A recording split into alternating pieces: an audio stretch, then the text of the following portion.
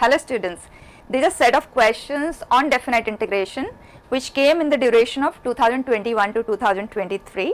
23 में 2 questions थे, 22 में भी 2 questions थे and 21 में there were 3 questions. Let's just discuss them one by one so that you come to know कि what kind of questions are being asked recently. अगर हम उन्हें सही तरह से अटैक करते हैं ना, खत्म, फटाफट आंसर. ठीक है, लुक एट 2023 का है ये question. It says function domain 0 to 1 है, रियल नंबर से. Function defined as f of x is equal to square root of n. X belongs to this. यहाँ पे ध्यान देना, फंक्शन ऑफ एक्स है. एक्स का इस इंटरवल के लिए it is written as this. ठीक है, that means n and x में there is dependency, mind it, they are not independent. And it says G is another function satisfying this. मतलब g of x के बारे में exact information नहीं है. g of x is in between these two functions. ठीक है, for all x belonging to 0 to 1 then limit x tends to 0 f of x into g of x. Sandwich theorem के ऊपर best है क्योंकि g of x के lower and upper side में limitation given है हमें, और हमें ये भी पता है जो सैंडविच थ्योरम है पूरे कैलकुलस में सिर्फ लिमिट एंड डेफिनाइट इंटीग्रेशन पे ही हम अप्लाई कर सकते हैं और उन्हीं 2 पे ही क्वेश्चंस आते हैं. ठीक, यहाँ पे तो लिमिट के ऊपर बेस्ट है.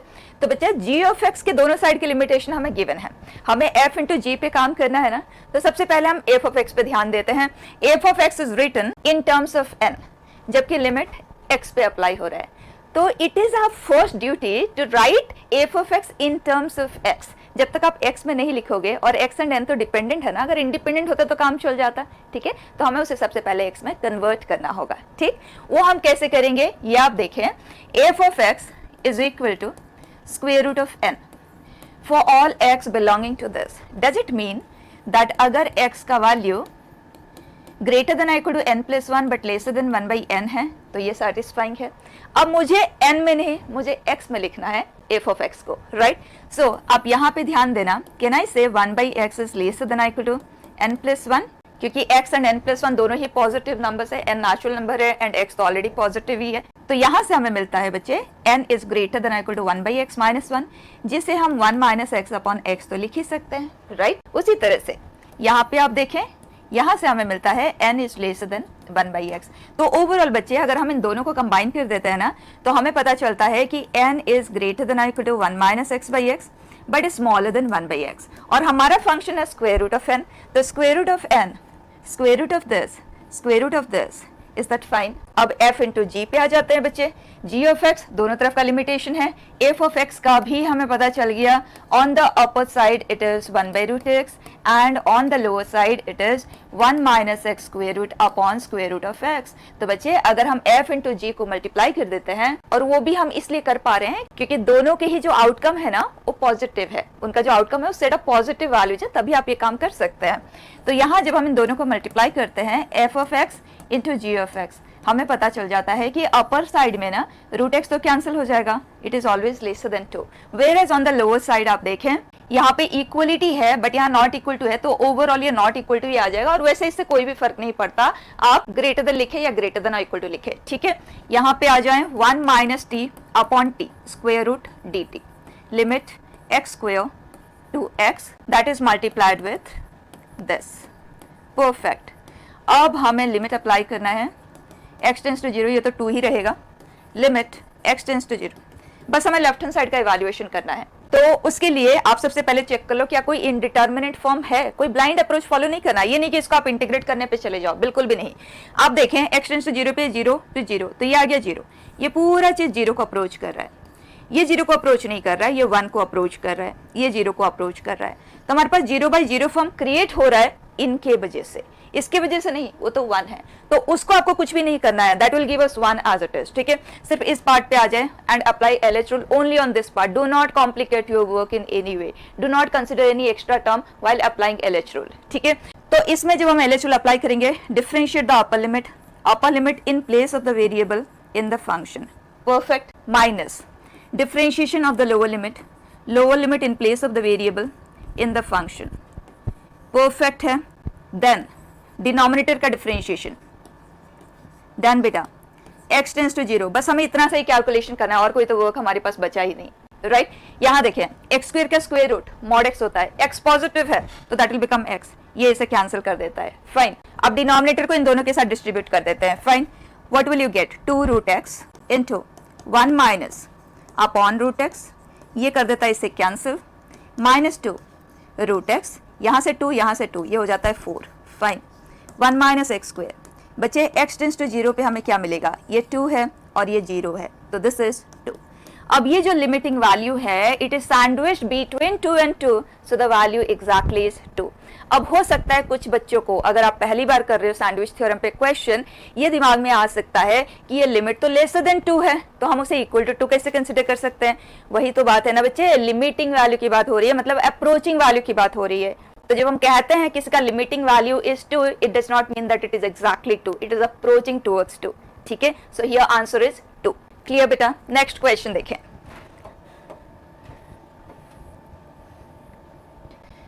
It says for x belonging to real numbers, let tan inverse of x belongs to this, ये तो हमें पता ही है। Then minimum value of the function defined by this, minimum या मैक्सिमम वैल्यू की बात हो रही है। नेवर ट्राई टू इंटीग्रेट, क्योंकि जब हम मिनिमम या मैक्सिमम वैल्यू निकाल रहे होते हैं तो हम डिफरेंशिएट करते हुए आगे बढ़ते हैं, या तो कोई सिंपल से एनालिसिस करके आगे बढ़ते हैं। अगर आप एनालिसिस से आंसर निकाल सकते हो देन वेरी गुड, अदरवाइज आप उसे डिफरेंशिएट करते हुए प्रोसीड करो। मैं दोनों तरह से आपको बताती हूँ, यहाँ पे आप ध्यान देना। क्या हम सबको ये पता है कि definite integration means area with a sign? Yes. तो अगर वो एरिया अबव एक्स एक्सिस बन रहा है then definite integration is that area as it is. अगर वो एरिया का फॉर्मेशन बिलो एक्स एक्सिस हो रहा है, लेट्स सपोज ये 5 स्क्वायर यूनिट है, देन यहाँ से यहाँ तक का जो डी का वैल्यू होता है वो -5 आता है, ये हम सबको पता है, right?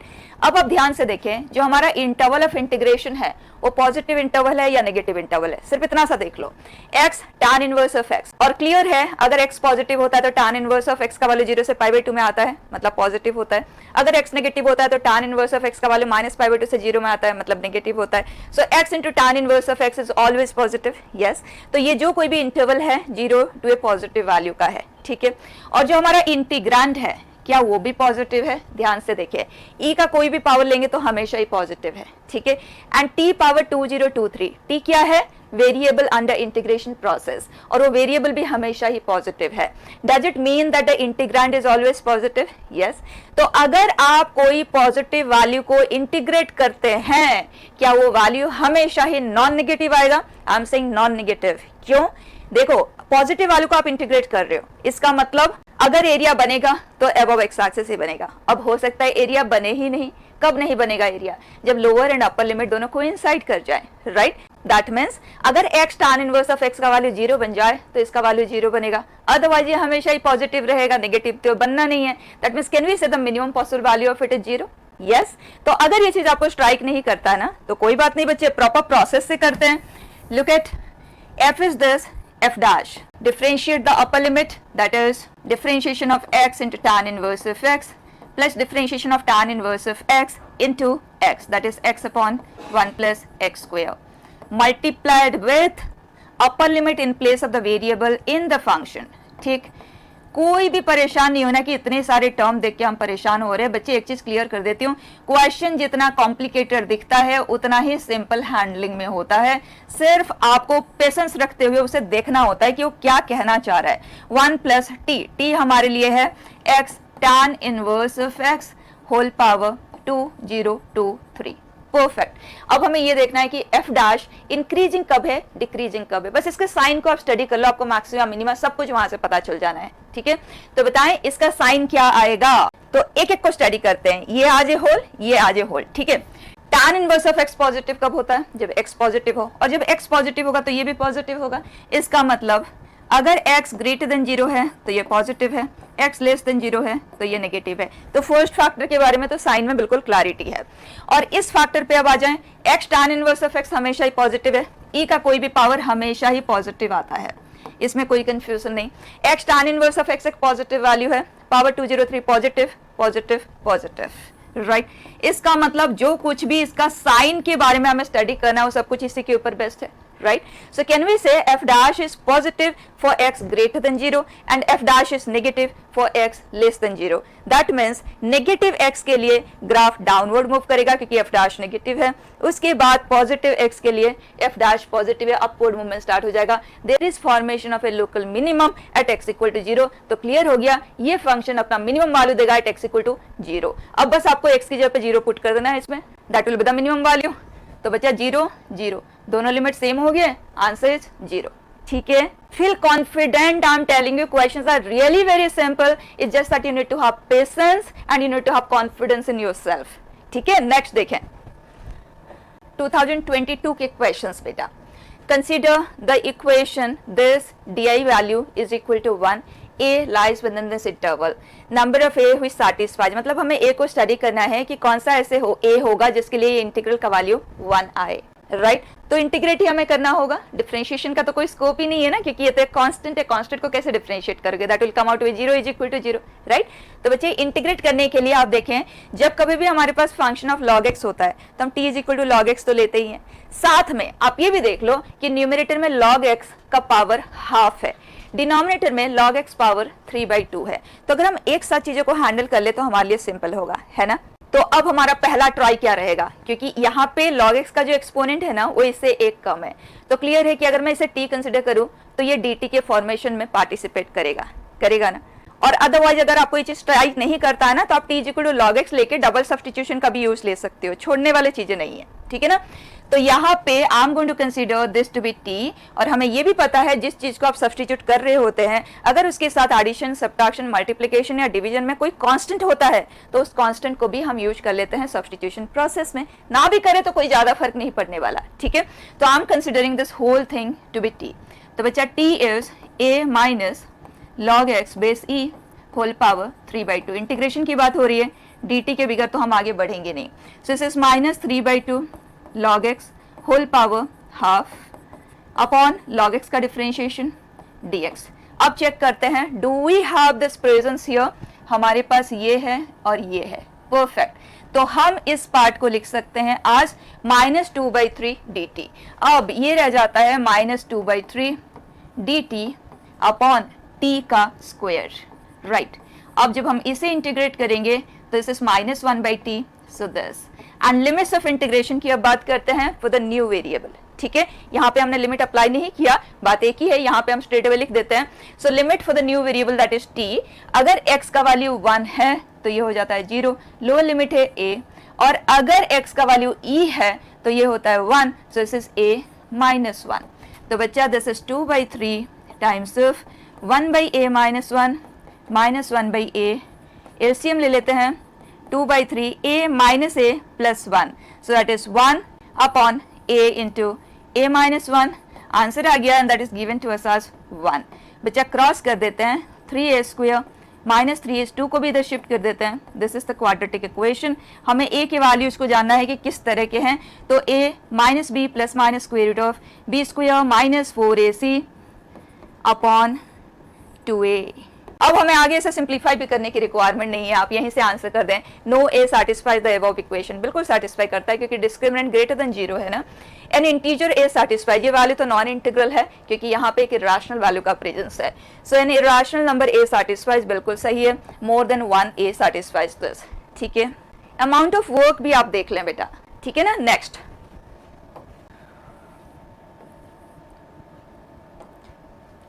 the greatest integer less than or equal to this, इस तरह के क्वेश्चंस को आप ओरली आंसर कर सकते हो बच्चे। देखो जब आपके पास इस तरह से दो पार्ट्स में होते हैं ना, इमीडिएटली चेक कर लो, अगर मैं इसे f कंसीडर करती हूँ क्या ये इसका इनवर्स फंक्शन है, चेक करते हैं। अगर ये f है मतलब y इज दिस, इसका इनवर्स क्या होगा, x एंड y को हम इंटरचेंज कर देते हैं, ये हमारे लिए ये वाला फंक्शन है। इनवर्स निकालने के लिए हम क्या करते हैं, हम x को y, y को x कर देते हैं, right. So this is y cube plus 1, so we get 2 power x is equal to y cube plus 1, so y is 2 power x minus 1 whole power 1/3, right. Now since they are inverse function of each other and we already know, अगर हम f of x को integrate करते हैं a to b में and f inverse of x को integrate करते हैं f of a to f of b में, तो ये हमें आंसर देता है b f of b minus a f of a। ये हमने रिवीजन क्लास में भी डिस्कस किया हुआ है, आपको ये आज इट इज ही याद रखना है, ठीक है। अब चेक कर लेते हैं क्या हमारा क्वेश्चन इस पैटर्न का है। ये f है तो ये f इनवर्स है, o तो क्लियर है, लिमिट पे आ जाते हैं, a 1 है b 2 है, तो f of 1 हमारे लिए क्या है, that is log 2 base 2 which is 1 और 2 के कॉरेस्पॉन्डिंग ये है 9, सो log 9 बेस 2 मतलब परफेक्ट है बिल्कुल, ये इसी प्रॉपर्टी के ऊपर ही बेस्ट है। Now answer is b, f of b that is log 9 base 2, right, क्योंकि यही तो है ना एफ ऑफ बी, ये एफ ऑफ ए है, तो a into f of a perfect है। हमें इसका ग्रेटेस्ट जो वैल्यू चाहिए बच्चा।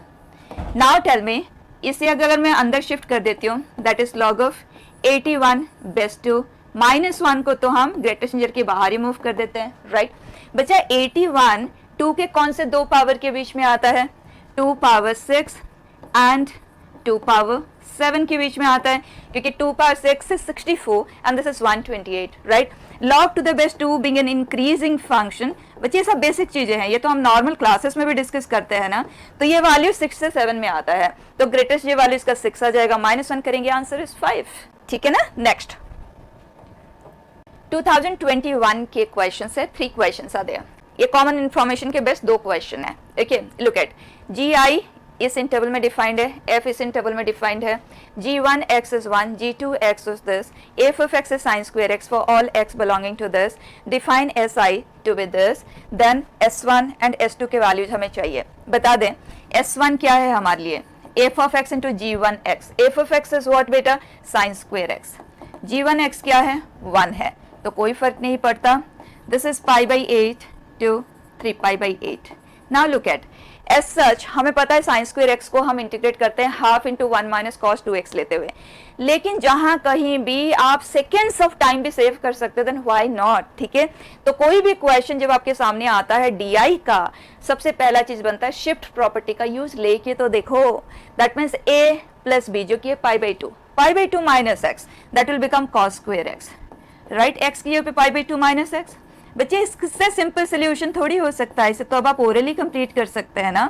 तो 2s1 हमने दोनों को ऐड कर दिया, sine square plus cos square is 1, तो हमारे पास रह जाता है x लिमिट π/8 टू 3π/8। बच्चा 3π/8 minus π/8 is 2π/8 and that is π/4, so s1 is π/8, perfect है। बच्चा s1 का वैल्यू हमें मिल चुका है, इसे तो हम कैलकुलेट कर ही लेते हैं, this is π/8, pi cancels, answer is 2, ठीक है। इसी तरह से बच्चा इसका सेकंड पार्ट भी आप देख लें, s2 f ऑफ x है sine square x and g2x है बच्चे 4x minus pi, correct, and interval of dealing is the same π/8 3π/8। immediately people get into modular simplification and then by parts। बच्चा क्यों करें ये सब काम, look at shift property apply करें, so a plus b minus x मतलब π/2 minus x, उसे ये आ जाएगा cos square x। बच्चे इसमें x के ऊपर जब आप π/2 minus x पुट करेंगे तो हमें क्या मिल रहा है, चेक कर लेते हैं, this minus pi, बच्चा this is 2π minus pi is pi, pi minus 4x, और हमें पता है a माइनस बी के मॉड की बात करें या b माइनस a की मॉड की बात करें, one in the same thing, तो मैं इसे 4x माइनस पाई ही लिख देती हूँ, राइट। तो अब अगर हम इन दोनों फॉर्म्स ऑफ i को ऐड करते हैं, look at 2s2 will be what, ये वाला पार्ट तो बच्चा कॉमन है ना, इसे कॉमन ले लेते हैं, sine square x plus cos square x का वैल्यू 1 होता है, so are we only left with 4x minus pi mod dx, yes, and limit π/8 to 3π/8। One more thing, जब हमने इसमें शिफ्ट प्रॉपर्टी अप्लाई किया था तो हमें सेम ही चीज वापस मिल रही थी। जब शिफ्ट प्रॉपर्टी के एप्लीकेशन से we get back the same expression, इसका मतलब यह है कि उसका ग्राफ उसके मिडिल वैल्यू के अबाउट सिमेट्रिकल होता है, दोनों तरफ एक जैसे ही होता है। तो उन केसेस में हम क्या करते हैं, ट्वाइस ऑफ इन दोनों का जो मिडिल वैल्यू है वो क्या है, a प्लस बी बाई 2 मतलब π/4, तो हम π/4 से 3π/8 लिख सकते हैं या π/8 से π/4 भी लिख सकते हैं, इट्स कंप्लीटली योर चॉइस। अब आप देखें क्या मॉड के अंदर जो वैल्यू है वो पॉजिटिव है पूरे इंटरवल में या नेगेटिव है, या कभी पॉजिटिव कभी नेगेटिव है, चेक कर लेते हैं। π/4 से बड़े वैल्यूज है, मतलब x is greater than π/4, so this is greater than pi, that mean this is positive. तो जब ये पॉजिटिव है can we just write it as 4x minus pi, yes. अब कितना सिंपल सा काम है बेटा, दिस इज 3π/8 और ये वैल्यू है 2s2 का, है ना। तो आप एक काम करो, इस 2 को तो कर दो कैंसिल, अब इंटीग्रेट कर लें 4x dx 2x square limit π/4 to 3π/8 minus pi x limit π/4 to 3π/8 complete कर लेते हैं, वैसे तो आप खुद भी इसे कर सकते हैं। Twice of 9 pi square by 64 और इसे 2 पाई बाई 8 के फॉर्म में लिख देते हैं ताकि सेम डिनोमिनेटर क्रिएट हो। So this will become 4 pi square upon 64 and then minus pi, this minus this is pi by 8, तो ये हो गया आज दिस। ठीक, एक स्टेप कैलकुलेशन रह गया, कंप्लीट कर लो। 5 पाई square upon 64 into 2, so that is 5 pi square upon 32 और इसे भी हम डिनोमिनेटर में 32 अगर कन्वर्ट करें तो 4 पाई स्क्वायर अपॉन 32, तो ये रह गया पाई स्क्वायर बाई 32। बच्चा यहाँ पे हम इसको पुट कर देते हैं। सो 48 अपॉन पाई स्क्वायर अपॉन 32। ठीक, क्या आ गया? This is 8 4, so this is 1.5। ठीक है बच्चे, नेक्स्ट लास्ट क्वेश्चन है। क्यों? इसे लोग बहुत से केसेस में डिवाइड करते हुए करते हैं। एक्चुअली आपको कुछ भी नहीं चाहिए, यहाँ ध्यान देना। जब कभी भी आपके पास इस तरह से कंपोजिट फंक्शन का प्रेजेंस आता है, चाहे वो ग्रेटेस्ट इंटीजर के अंदर ही क्यों ना हो, आप इमीडिएटली इस पूरे को ना t कंसिडर कर लें।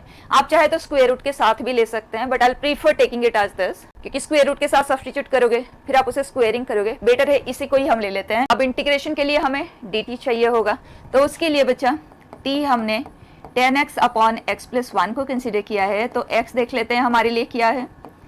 ठीक, तो x आ जाएगा आज 10 minus T times of x है ना यहाँ पे, सो x is t upon 10 minus T. ठीक, अब dx की जगह पे क्या लिखा जाएगा? Differentiate the numerator multiply 8 with the denominator minus differentiate the denominator minus minus plus upon 10 minus t का होल स्क्वायर dt। परफेक्ट है। अब हम सब कुछ इन टर्म्स ऑफ t लिख सकते हैं। This will be greatest integer of square root of t multiplied with 10 times, जिसको क्योंकि बाहर ही मूव कर देती हूँ, dt अपॉन 10 माइनस टी का होल स्क्वायर। अब लिमिट्स हमें t के लिए अप्लाई करना है। जब x का वैल्यू 0 है तो t 0 है, जब x का वैल्यू 10 है तो ये है 100 अपॉन 11। परफेक्ट हो गया।